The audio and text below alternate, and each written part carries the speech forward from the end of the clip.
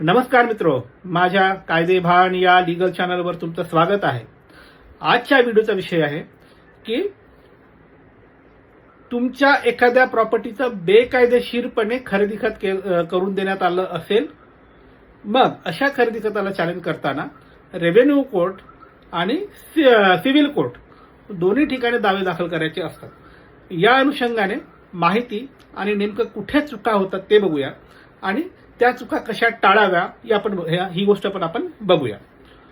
बघा, बरेचदा काय होतं, तुमची जमीन गावाकडे असते किंवा तुमची जमीन सामूहिक असते, अनडिवायडेड शेअर असतो. तेव्हा अनडिवायडेड शेअर मधील एखादा तुमचा घरातील कुटुंबातील मेंबर उठतो आणि जमीन कोणाला तरी विकून देतो. खूप दिवसानंतर तुमच्या लक्षात येतं की अनडिवायडेड शेअर मधील आपल्या हिस्स्याची जमीन आपल्या भावानी चुलत्यांनी परस्पर विकली. आपल्या लक्षात आल्यानंतर आपण डॉक्युमेंट काढल्यावर 2 डॉक्युमेंट आपल्याला सापडतात. आपल्या जमिनीच्या 7 बाऱ्यावर तो जो कोणी त्रयस्थ व्यक्ती आहे ज्यांनी जमीन विकत घेतली त्याचं नाव आलेलंच दिसतं आपल्याला. आणि मग दुय्यम निबंधकाकडे जाऊन पाहिल्यावर तिथे असं दिसतं की अमुक तमुक खरेदी खत त्याच्या लाभात झालेलं आहे हे पण दिसतं. म्हणजे आता तुम्हाला 2 डॉक्युमेंटला चॅलेंज करायचं आहे. एक तर रेव्हेन्यूचा डॉक्युमेंट, तो म्हणजे 7 बाऱ्यावर त्या अमुक तमुक त्रयस्थ माणसाची जी नोंद आली ना, ती नोंद 7 बाऱ्यावरून कमी करायची असते. म्हणजे 7 बाऱ्याशी निगडीत जो काही वाद आहे तो रेव्हेन्यू कोर्टात तुम्हाला आरटीएसचा दावा दाखल करावा लागतो.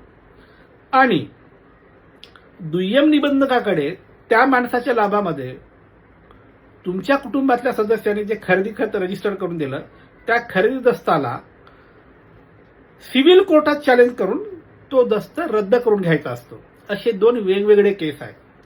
दोघांचा अर्थ काय आहे? 7 बाऱ्यावर त्या त्रयस्थ माणसाचं नाव आलं याचा अर्थ रेव्हेन्यू रेकॉर्डला नाव आलं. रेव्हेन्यू रेकॉर्डला नाव आलं तर त्याचा अर्थ असा आहे की रेव्हेन्यूशी रिलेटेड जे काही व्यवहार आहेत तो करण्यासाठी तो 7 बारा धारक म्हणून तो त्रयस्थ व्यक्ती पात्र झालाय. तुमच्या जमिनीची मोजणी करण्यासाठी पात्र झालाय किंवा त्या जमिनीवर समजा उद्या कुठला लाभ येत असेल तर तो लाभ उचलण्यासाठी तो त्रयस्थ व्यक्ती पात्र झालाय किंवा त्या तुमच्या जमिनीतून एखादा समजा भूसंपादनाचा रोड जात असेल, महामार्ग जात असेल तर त्याचा मोबदला घेण्यासाठी तो माणूस पात्र झालाय. म्हणजे रेव्हेन्यूशी रिलेटेड जे काही लाभ आहेत त्याच्यासाठी पात्र झालाय. कोण? तो त्रयस्थ व्यक्ती. मग या नोंदी या लाभापासून त्याला कमी करण्यासाठी काय काम करावं लागेल? 7 बाऱ्यावरून त्याचं नाव कमी करावं लागेल आणि त्याचा दावा चालतो रेव्हेन्यू कोर्टात. तर हा झाला पहिला दावा. बरीच लोक हाच दावा चालवतात आणि दुसरा दावा विसरून जातात. दुसरा दावा कुठला आहे? जसं रेव्हेन्यूला त्याची नोंद आली ना, तसं दुय्यम निबंधक जो आहे त्याच्या रेकॉर्डला पण खरेदी दस्तान्वये नोंद आली त्या माणसाची. आता दुय्यम निबंधकाची जी नोंद आहे ती रेव्हेन्यूपेक्षा वेगळी असते. ती काय वेगळी असते? दुय्यम निबंधकाकडे जेव्हा त्या त्रयस्थ माणसाच्या लाभामध्ये खरेदी दस्त झालं तेव्हा त्या त्रयस्थ माणसाच्या लाभात टायटल क्रिएट झालं. टायटल म्हणजे काय? मालकी हक्क निर्माण झालं. मग हे 7 बाऱ्यावर होतं ते मालकी हक्क होतं का? नव्हतं. मग 7 बाऱ्यावर आलं ते काय होतं? रेव्हेन्यूशी रिलेटेड लाभ घेण्यासाठीच ती नाव नोंदणी होती 7 बाऱ्यावरची. ओके, म्हणजे 7 बाऱ्यावरचं नाव कमी करून आपण रेव्हेन्यूच्या लाभातून त्याला आपण वंचित करू शकतो. पण जोपर्यंत दुय्यम निबंधकाकडे नोंदणी झालेला दस्त रद्द करून घेत नाही तोपर्यंत त्याचा मालकी हक्क तसाच जिवंत असतो. मग हे कुठे रद्द करायचं? दुय्यम निबंधकाकडे रजिस्टर्ड झालेला दस्त हा फक्त आणि फक्त दिवाणी न्यायालय सिव्हिल कोर्टामध्ये रद्द होतो.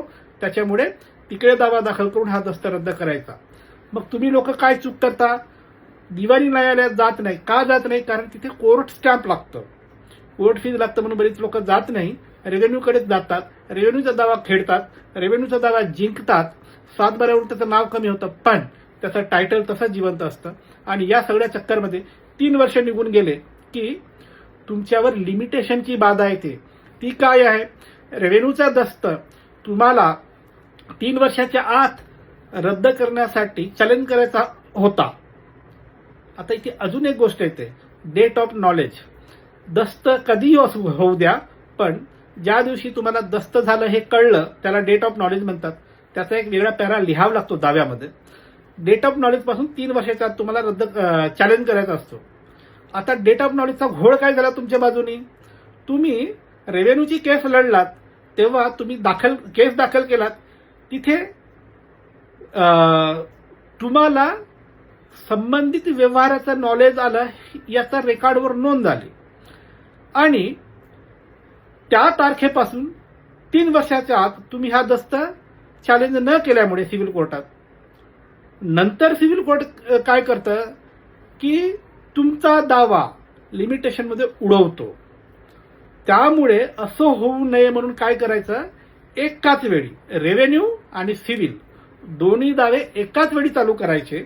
म्हणजे तुमचा जो काही वादग्रस्त दस्त आहे त्याला उडवण्यासाठी, त्याला रद्द करण्यासाठी लिमिटेशनची बाधा येणार नाही. त्यामुळे मित्र, तुमच्याकडे जर असं काही झालं असेल तर फक्त रेव्हेन्यूचा दावा चालवायचा नाही, एकाच वेळी दोन्ही दावे चालवायचे. बरीच लोक दस्त रद्द करायचा दावा प्रलंबित ठेवतात, ते चालवत नाही किंवा फाईल करत नाही. अशी चूक करू नका. ते जर नाही फाईल केलात तर विलंबाची बाधा येऊन इकडचा हक्क तुमच्या हातून निसटून जाईल. त्यामुळे काळजी घ्या आणि दोन्ही दावे एकाच वेळी लावा आणि मेरिट असेल तर केस तुम्ही जिंकू शकता. तर मित्र, ही होती माहिती रेव्हेन्यू कोर्ट आणि सिव्हिल कोर्टमध्ये एकाच वेळी दावे कसे लावायचे आणि का लावायचे याबद्दलची माहिती. आता 2 सूचना. थेट फोन करायचा नाही, अजिबात करायचा नाही. खूप महत्वाचं काम असेल तर व्हॉट्सअपवर मेसेज टाका. आणि दुसरं, वैयक्तिक सल्ला मोफत नाही, त्यासाठी फीज लागू आहे. बाय.